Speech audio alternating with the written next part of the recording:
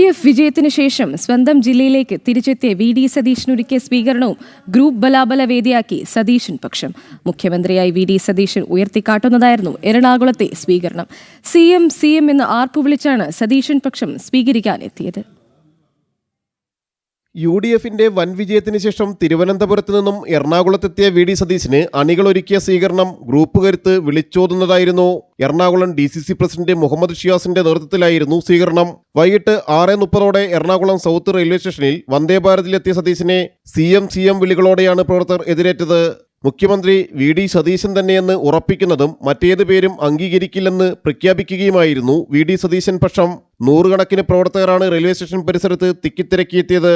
കാറിന്റെ സൺറൂഫിലൂടെയും സതീശൻ പ്രവർത്തകരെ അഭിവാദ്യം ചെയ്തു. തുടർന്ന് DCC ഓഫീസിലെത്തി കേക്ക് മുറിച്ചും ആഘോഷങ്ങളിൽ പങ്കെടുത്തു. മുഖ്യമന്ത്രി സ്ഥാനത്തേക്ക് KC വേണുഗോപാലിന്റെയും രമേശ് ചെന്നിത്തലയുടെയും പേരുകൾ കൂടി ഉയർന്നു വരികയും അവസാന നിമിഷം തഴയപ്പെടാനുള്ള സാധ്യതയും മുന്നിൽ കണ്ടാണ് സതീശൻ പക്ഷത്തിന്റെ നീക്കങ്ങൾ.